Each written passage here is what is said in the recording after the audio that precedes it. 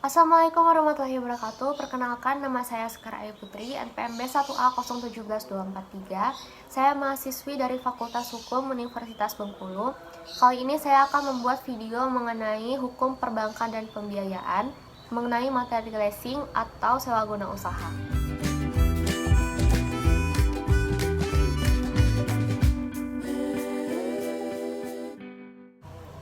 Sewa guna usaha atau leasing menurut The International Accounting Standard adalah perjanjian di mana leaser menyediakan barang atau aset dengan hak penggunaan oleh lessee dengan imbalan pembayaran sewa untuk jangka waktu tertentu.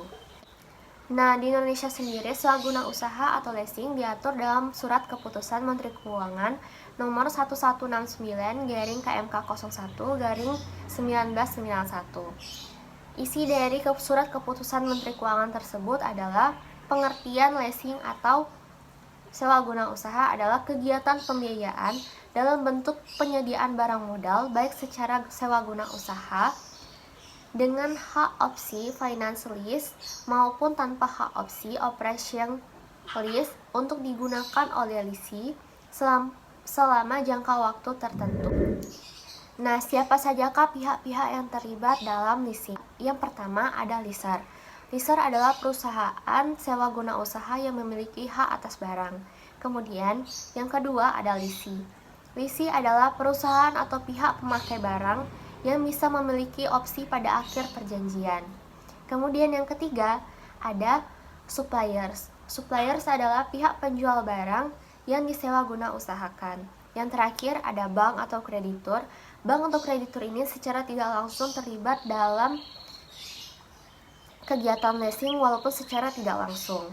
Nah, selanjutnya saya akan menjelaskan bagaimana mekanisme transaksi leasing. Yang pertama, lessee menghubungi suppliers untuk menentukan spek, harga, jenis barang, waktu pengiriman, dan jaminan purna jual atas barang yang akan dilesi. Kemudian, lessee melakukan negosiasi dengan leaser tentang kebutuhan pembiayaan. Selanjutnya, leaser mengirimkan letter of offer atau komitmen letter kepada lessee. Nah, selanjutnya ke tahap penandatanganan kontrak leasing. Setelah ditandatangani, ke tahap pengiriman order beli kepada suppliers.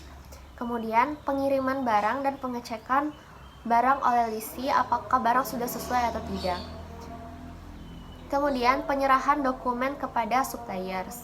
Nah, setelah diserahkan dokumen tersebut, kemudian yang terakhir ke tahap pembayaran sewa atau lease payment secara berkala. Itu tadi adalah mekanisme transaksi leasing. Nah, ada beberapa jenis perusahaan leasing. Yang pertama ada independent leasing company. Leasing jenis ini berdiri sendiri dari pihak manapun, contohnya adalah bank.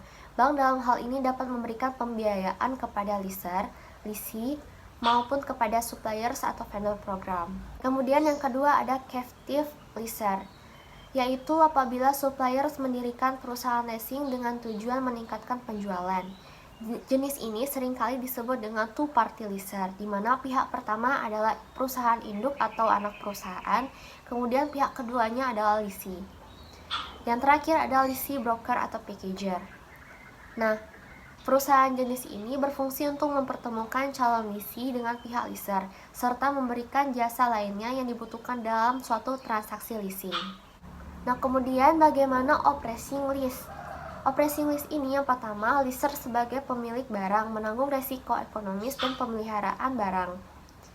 Kemudian, leaser menanggung biaya pelaksanaan sewa, asuransi, maupun biaya pemeliharaan. Yang ketiga, atau yang terakhir, lessee membayar sejumlah sewa yang tidak mencakup biaya perolehan barang dan biaya serta spread non-full paid out lease. Selanjutnya, leaser hanya mengharapkan keuntungan dari penjualan barang yang akan disewakan. Kemudian, lessee pada akhir kontrak mengembalikan barang atau tidak memiliki hak opsi untuk membeli barang. Kemudian yang terakhir, leaser dapat membatalkan kontrak secara sepihak atau cancelable. Nah, kemudian kita akan membicarakan metode pembayaran sewa. Yang pertama, ada payment in advance, yaitu pembayaran sewa untuk pertama kalinya dilakukan di muka. atau pada tanggal ditandatanganinya kontrak tersebut. Kemudian yang kedua ada payment in arrear, yaitu pembayaran sewa untuk pertama kalinya dilakukan di akhir periode. Contohnya di akhir bulan, akhir triwulan, atau akhir tahun. Nah, apa sajakah faktor penetapan sewa? Yang pertama, nilai barang. Yang kedua, simpanan jaminan atau security deposit. Yang ketiga, nilai sisa. Yang keempat, jangka waktu. Dan yang terakhir, tingkat bunga. Baik, itu tadi adalah penjelasan mengenai leasing atau sewa guna usaha. Semoga materinya bermanfaat. Wabillahi taufiq wal hidayah. Wassalamualaikum warahmatullahi wabarakatuh.